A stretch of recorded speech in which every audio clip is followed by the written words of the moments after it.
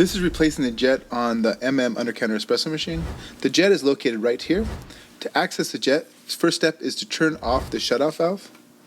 Then we're going to use a 12mm open-end wrench and loosen this fitting. You might see a little water, which is okay. It should not be more than a few drips. Then you're going to carefully remove the fitting and pull out the jet, which is located right here.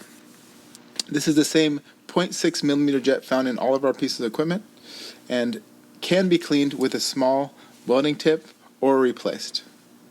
To put back in once clean is I always look through a light, make sure you can see through it. This is the stem. Always put the stem in this way so it actually fits inside the fitting and it will stay in place. From this point you're going to put the valve back up and screw on by hand. All fittings in our machines you always screw in by hand as far as possible and then do the final tightening down with the wrench. From there, go ahead and open up the shutoff valve and check for water leaks.